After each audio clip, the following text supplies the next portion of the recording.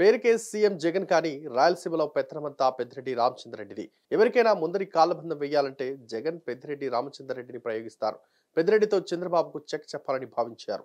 అనుకున్నంత పనిచేశారు. స్థానిక సంస్థల ఎన్నికల్లో కుప్పంలో క్లీన్ స్వీప్ దిశగా మలచడంలో పెద్దిరెడ్డి పాత్ర కీలకం.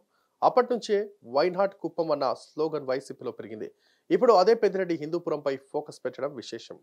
గత ఎన్నికల్లో రాయలసీమలో టీడీపీ 3 స్థానాలకు పరిమితమైంది. కుప్పం నుంచి చంద్రబాబు, హిందూపురం నుంచి బాలకృష్ణ, ఉరవకొండ నుంచి పయ్యావుల కేశవ్ గెలిచారు. అయితే చంద్రబాబు, బాలకృష్ణ ఎట్టి పరిస్థితుల్లో అసెంబ్లీలో అడుగు పెట్టనీయకూడదని జగన్ కృతనిశ్చయంతో ఉన్నారు. ఆ బాధ్యతను పెద్దిరెడ్డి రామచంద్రరెడ్డికి అప్పగించారు.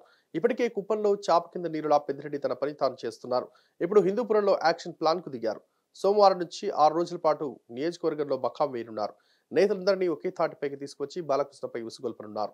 ఇటీవల హిందూపురం నియోజకవర్గానికి దీపికారెడ్డి అనే నేతను ఇన్ఛార్జిగా పెట్టారు. అయితే ఇప్పటికే నియోజకవర్గ వైసీపీలో వర్గాలున్నాయి. దీపికారెడ్డి పెద్దగా చొచ్చుకెళ్లడం లేదు. నవీన్ నిశ్చల్, ఎమ్మెల్సీ ఇక్బాల్ దీపికారెడ్డిని వ్యతిరేకిస్తున్నారు.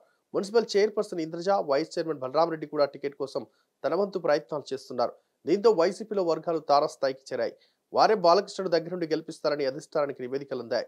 దీంతో పెద్దిరెడ్డి రామచంద్రరెడ్డి హిందూపురంపై ఫోకస్ పెట్టాల్సి వచ్చింది. అయితే ఇప్పుడు ఇదే సామాజిక వర్గానికి చెందిన దీపికకు టికెట్ ఇవ్వరని తేలిపోయింది.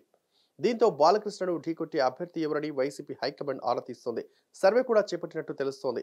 ఈ నేపథ్యంలో పెద్దిరెడ్డి ఏకంగా 6 రోజుల పాటు హిందూపురంలో పర్యటిస్తున్న ప్రాధాన్యత సంతరించుకుంది. అయితే దీనిపై బాలకృష్ణ అలర్ట్ అయ్యారు. 2 రోజుల పాటు హిందూపురంలో పర్యటించనున్నారు. మరోవైపు వైసీపీ అసంతృప్త నాయకులు టీడీపీకి టచ్లోకి వచ్చినట్లు సమాచారం. అందుకే పెద్దిరెడ్డి సైతం వ్యూహాలు పన్నుతున్నారు.